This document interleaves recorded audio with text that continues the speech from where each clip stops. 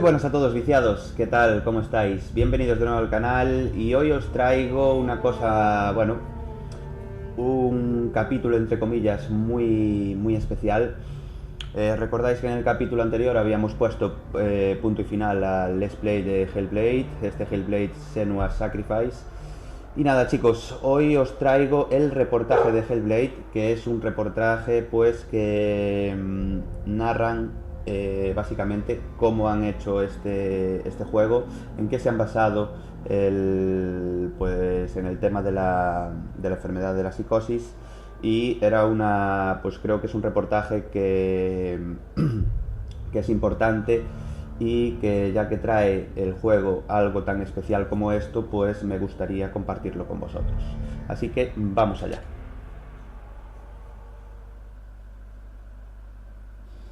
Stormy seas and lost souls. Who is it? She's dreamt of this before. It's coming. Is it? Is it? Is it? They say dreams are visions of our memories, thoughts, and fears, as seen by our inner eye.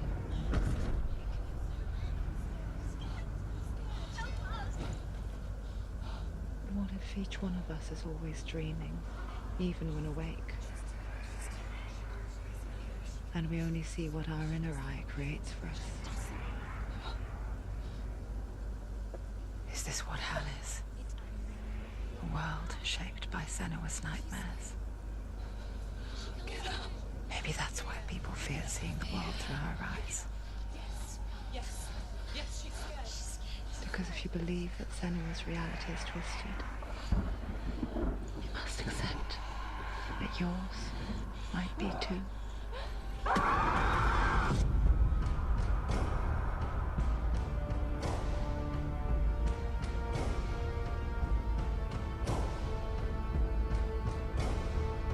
Hellblade: Senua's Sacrifice is a video game about Senua, a Celtic warrior on a vision quest into Viking territory. But what sets our hero Senua apart is that she suffers from severe psychotic mental illness. He knows she's getting closer. He can feel her coming closer. She's getting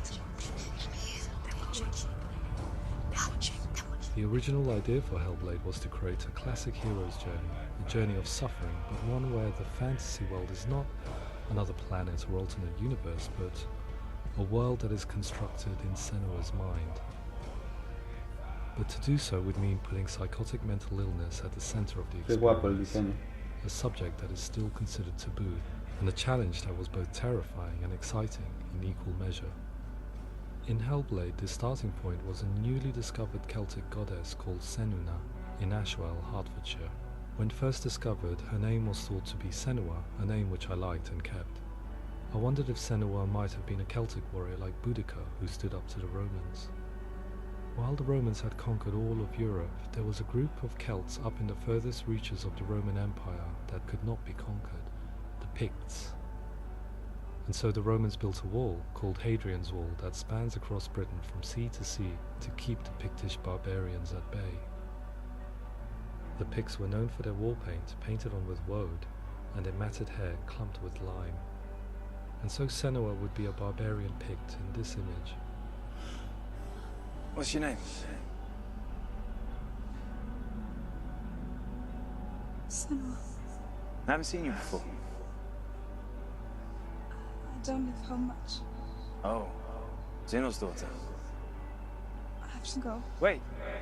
Podrían haber traducido esto Off the también. coast of Scotland, and was inhabited by the Picts, steeped in history and mystery, and so I made Orkney Senua's home, and set the stage for a crisis. In the late 8th century, the first Vikings landed on the Orkney Islands. The population of the Picts crashed thereafter, replaced by the Norsemen of the 9th century. Were they wiped out? We don't know for sure, but it would seem likely given the reputation of the Vikings. The Northmen's brutality is legendary. High-ranking leaders and chieftains of the tribes they conquered were often offered as sacrifice to their gods. The most brutal of these sacrifices was known as the Blood Eagle.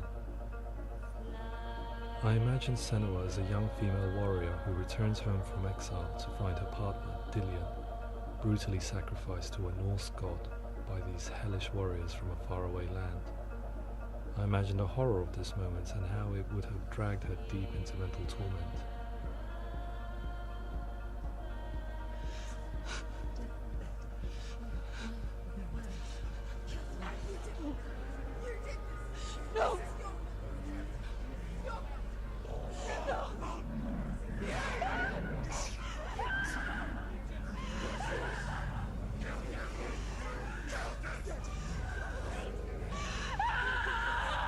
I came to learn that the Celts had a sophisticated and nuanced perspective on the nature of mental disorder.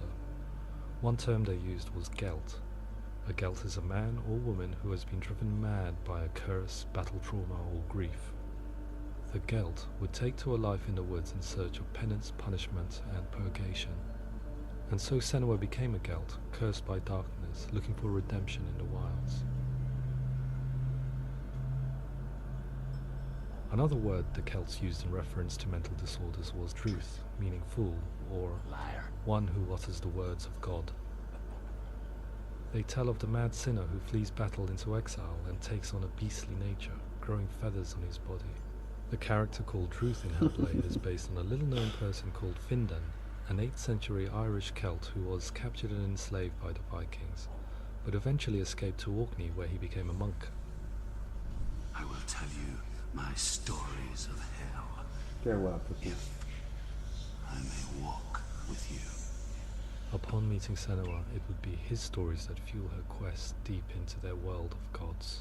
The Northmen say the world will come to an end. The sun will grow black, the earth will sink into the sea, the stars will disappear, fire and water will meet, flames will play against the sky, the heavens and earth and all the world will be burned, all the gods will be dead, and the warriors of Valhalla and people everywhere. Senua, prepare yourself for Ragnarok, for it is nigh. So the stage was set for a new adventure, a journey into the Norse underworld called Hell, a vision quest fueled by madness and myth, a fantasy that was created by Senua's own mind, and one that we would experience through her eyes. This is your mission. This is your quest. There is nothing else left. To make a game about a warrior with psychotic mental illness as its central theme was fraught with danger. Mental illness, such as psychosis, is still taboo and rarely acknowledged in a century of cinema, never mind the new medium of games. Where it does feature, it often conflates psychosis and psychopathy associated with a lack of empathy. It is unfortunate that these two words sound so similar that they are used interchangeably in media. I must admit that I didn't have to look very far to discover my own ignorance of the subject. So we reached out to Paul Fletcher, psychiatrist and professor of health neuroscience at University of Cambridge. Psychosis is a descriptive term, and it refers to having a loss of contact with objective reality. So it's characterized by two main sets of symptoms. One of them is hallucinations, where somebody experiences perceptions when there is no actual objective thing out there to perceive. You're already dead. Who are you? And the other is delusions, where somebody comes to very often bizarre, unpleasant, frightening beliefs when there's no good evidence in favor of them. There's no doubt about it. The source of the darkness is in Helheim. And the goddess Hela holds his soul there. We reached out to Welcome, a biomedical research charity that spends billions on research and awareness programs aimed at improving health. Mental health hasn't always been presented in the media in a way that is particularly helpful. It can be challenging to engage people with the subject matter, and there are a lot of preconceived ideas about mental health, and particularly schizophrenia and psychosis. So we hope our support allows the team to continue to collaborate with Paul Fletcher and with those who have experience of psychosis to create a game that provides a fresh perspective on the condition and allows audiences to engage with it in a way that just wouldn't be possible in any other medium. What started out as a brief consultation convinced me that we were only scratching the surface of an immensely deep and interesting subject that could enrich and change the very nature of the game. That's cool. Thanks so much for coming. Pleasure. Thanks. It's really interesting for me, and I'd love to be involved. It's fascinating. Our understanding of psychosis is still very much a mystery, and ways of treating it are still primitive compared to physical illness. After all, it is easy to see the pain and suffering caused by physical diseases or physical trauma. It is not so easy to see the mental suffering and trauma of severe mental illness. But what if we could find a way to see it? Games are capable of drawing you in for hours on end, playing the role of a character who is different from you, experiencing their perspective, and actively involving you in a world that functions with a different set of rules.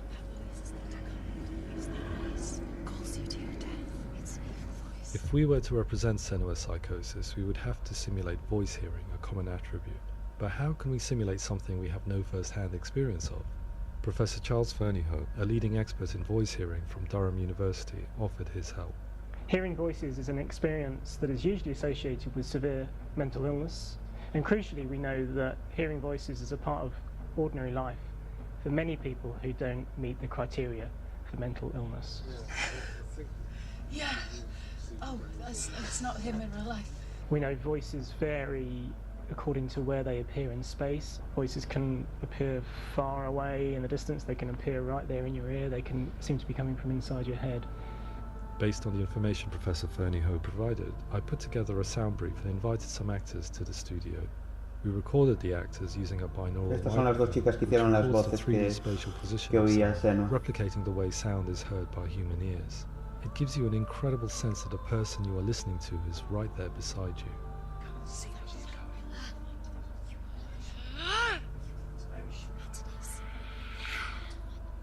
Rachel Waddingham from the Voice Collective came to our studio with 2 young voice hearers to speak to our team. We talked at length about their experiences and they listened to our tests, giving us feedback on how we could improve on it. Everyone hates her. She's cursed. It's very hard to represent what this experience is like, partly because it's such a personal, intense, emotional experience.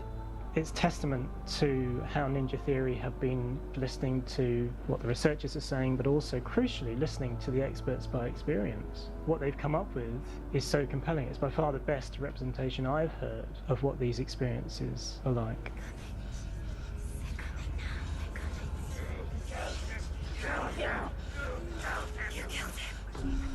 Other common attributes of psychosis are visions and flashbacks. We met with Recovery College East, who work with and care for people recovering from severe mental disorders. A group of service users gave us their first-hand account of what they experience. Sometimes when the vision or what we're seeing is too much, it becomes more difficult until eventually we perhaps don't see anything. The people we spoke to, the stories they told, were fascinating, harrowing and mind-boggling. The reality of what people experienced was vivid, far exceeding what I could possibly have imagined. We went away itching to represent some of these visions and flashbacks in the game. As we all know, my heart is so, love is so far away. Don't you know how I wanna feel deeper? Me está gustando muchísimo el reportaje. Now I see deep in me insanity that's unfolds. I just wanna feel deeper, deeper.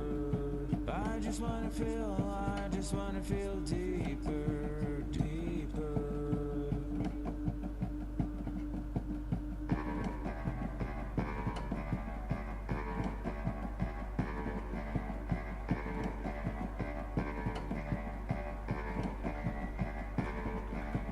As we all know, my heart is so, love is so far away. Don't you know how I wanna feel deeper? I could never know how you grow, all these days are killing me. Feel like this, read like this, I just wanna live that song. I just wanna feel deeper, deeper. I just wanna feel deeper, deeper.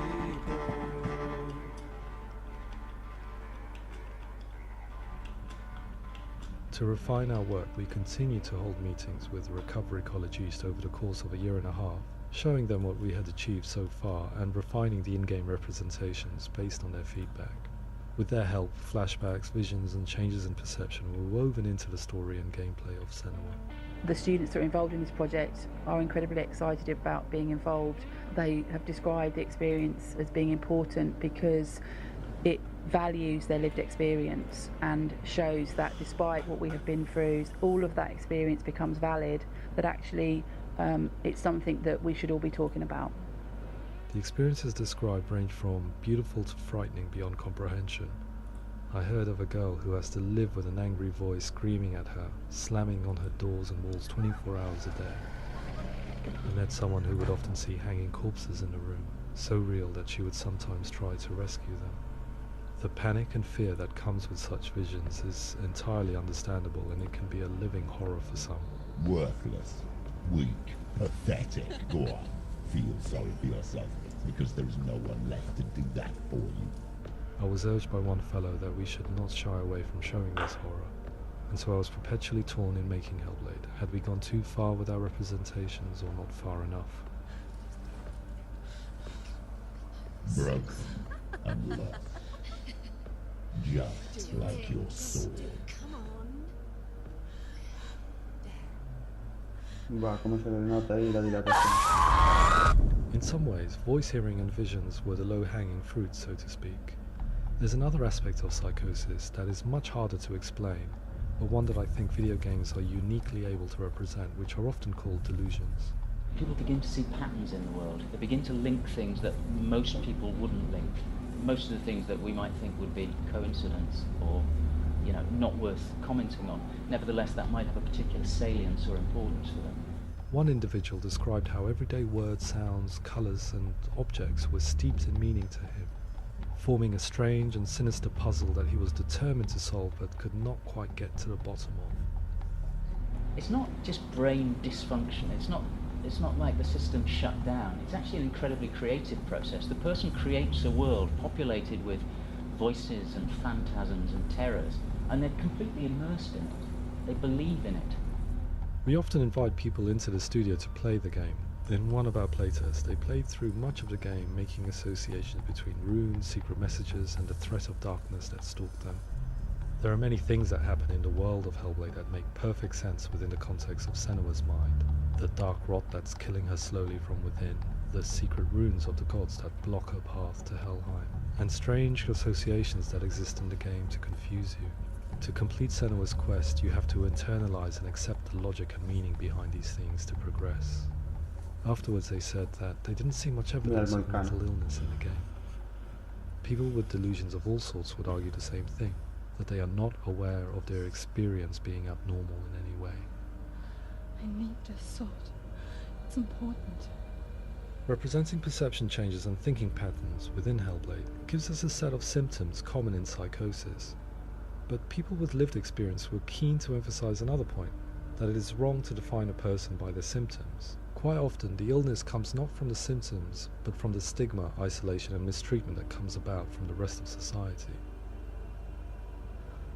They say that I'm cursed. What if they're right? I needed someone to portray Senua, someone who could believably internalize her suffering.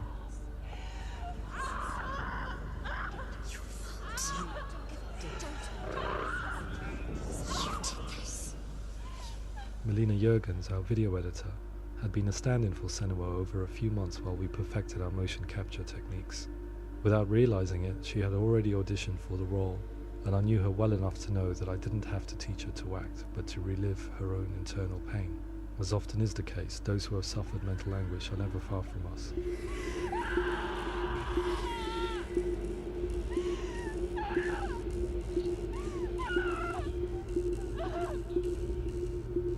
My hope is that by creating a compelling and aspirational character in Senua who feels very much real, albeit in a fantasy setting, we can provide a lens into her reality, a different one to yours, and this is where storytelling comes into play. I imagined her life based on common threads in real people's lives. She was always prone to psychosis as a child. Her mother Galina also heard voices and had visions, so perhaps there was a genetic aspect. Or perhaps it was cultural, as she lived within a world without science, of gods and superstition, as exemplified by her druid father Zimbel. Psychosis developed in her late teens to early 20s and was exasperated by stigma and isolation at the hands of the clansmen and her father. Stop, please. It's spreading. The trauma of seeing her lover Dillian sacrificed tips her over the edge, making her remodel her reality around a concept that connects everything: the darkness. So the question is, what Senua experiences real? Can only be answered by saying, yes, it is real. It is her reality. All of her suffering will have been for nothing. It's just a matter of time.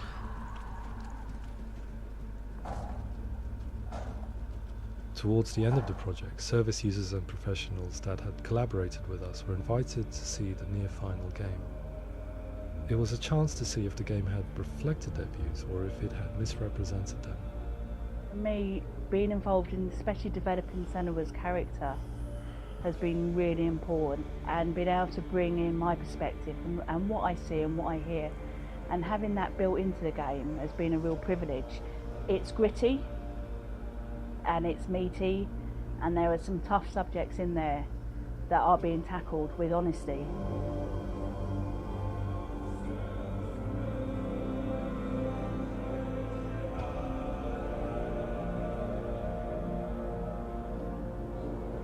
I was blown away by it today, absolutely blown away. It was just fantastic to get the opportunity to use our lived experience in a very creative way. There's nothing tokenistic about the work we've put in. It feels like we've been listened to, things have been taken on board, and I think there was a lot of realism in the game itself, and it feels very authentic.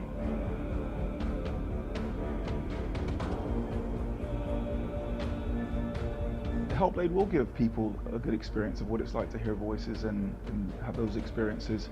I'm glad that the guys at Ninja Theory have asked us to come along and help them build an experience that's positive when it comes out, and get myself a copy and have a go.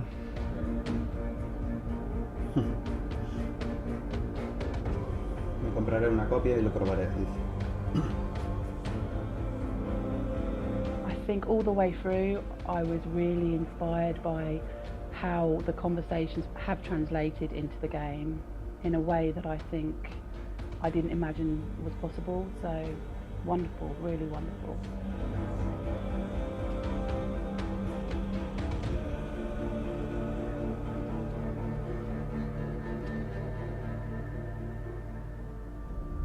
I really hope that others will follow the lead they've set and use the power of something like a video game to change people's perceptions, to increase understanding, and ultimately to make some of the stigma around voice hearing and other experiences go away.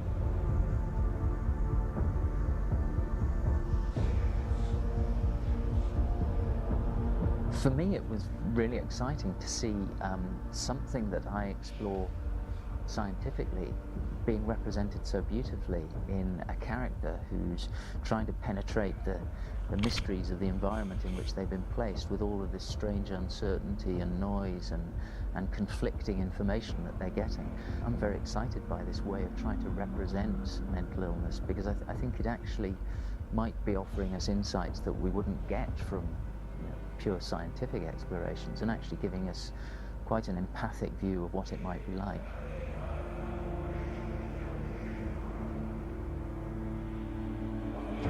Mental illness has been with us for as long as we have been on this planet, but why? Why hasn't evolution stamped out this weakness from within our gene pool? I often pondered this question until I realized that the question had an inbuilt flaw. It assumes that being and thinking differently is a weakness. The only reason we have computers, spacecraft, medicine, poetry, art, and yes, even video games is because individuals are able to simulate new abstract realities in their minds and share them with the rest of us. We need people to be willing to see differently in order for us to progress and survive as society. And we need to be open to these new ways of seeing. And it is this spirit that motivated me to create Senua's story and share it with you.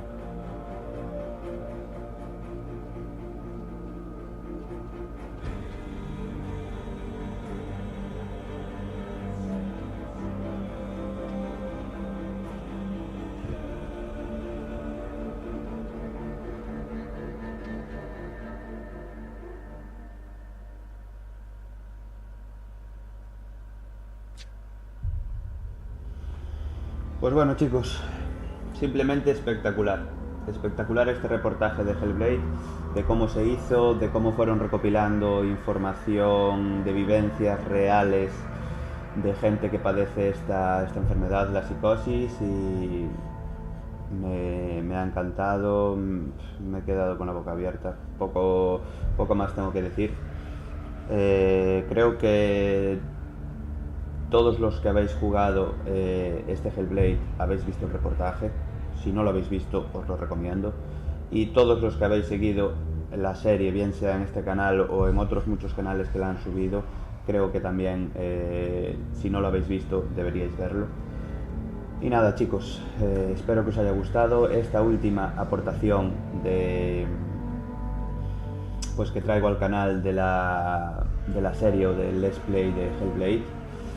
Creo que era una aportación importante para conocer un poquito más o meternos un poquito más incluso en la piel de Senua en este juego, y para conocer un poquito pues más a fondo lo que viven cada día todas esas personas que padecen esta enfermedad, ¿vale? Pues nada más, chicos, like y favorito si os gustó, dislike si no os gustó, dejar en comentario todo lo que queráis y nos vemos en el siguiente vídeo. Chao, chao.